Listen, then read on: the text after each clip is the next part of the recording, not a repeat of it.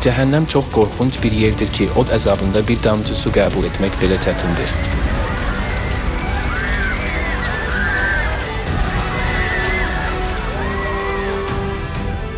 İsa dedi ki, əgər əlimiz, ayağımız və ya gözümüz bizi günaha sürükləyirsə,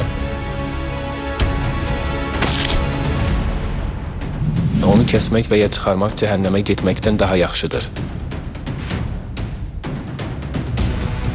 Çünki cəhənnəmdəki əzab bədənimizin bir hissəsini kəsmək ağrısı ilə müqayisə edilə bilməz.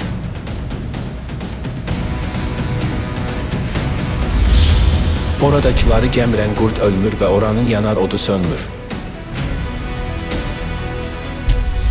Çünki hamı odla duzlanacaq. Cəhənnəm əzabı son dərəcə ağrılı olsa da özümüz ölə bilmərik. Cəhənnəmdə həyatın sevincindən bir an, istirahət anı və ümumiyyətlə qurtuluş ümidi yoxdur. Ancaq hədsiz ağrı, təəssüf və kədər var.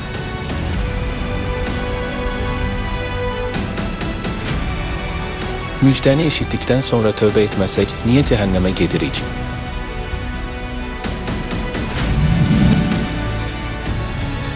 Biz bu dünyada doğulmamışdan əvvəl cənnətdə mələklər idik.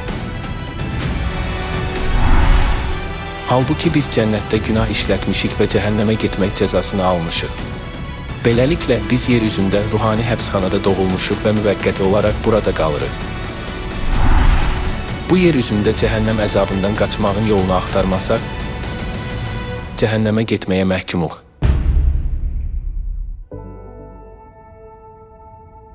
Necə də yazıq insanam. Ölümə düçar olan bu bədəndən məni kim xilas edə bilər?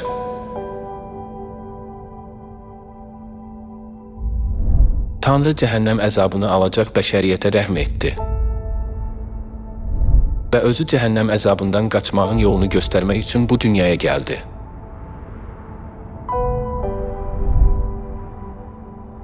Mən günahkarları tövbəyə çağırmaq üçün gəlmişəm. Ölümə aparan günahlarımızı bağışlamaq və bizi cəhənnəm əzabından xilas etmək üçün Tanrı öz ətini və qanını bəşəriyyətə, günahkarlara fidyə olaraq verdi.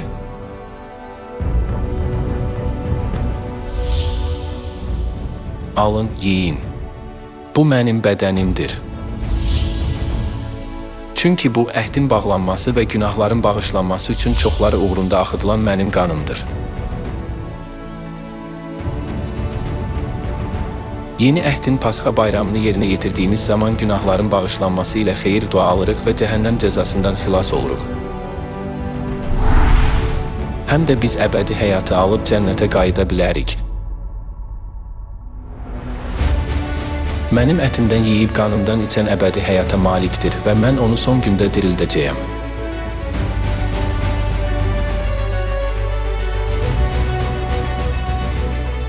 Ancaq Pasxa vasitəsilə günahların bağışlanmasını və əbədi həyatı qəbul edin xəbərini rədd etsək, cənnətdə etdiyimiz günahlar bağışlanmaz və biz cəhənnəm əzabını təyin edildiyi kimi almalıyıq.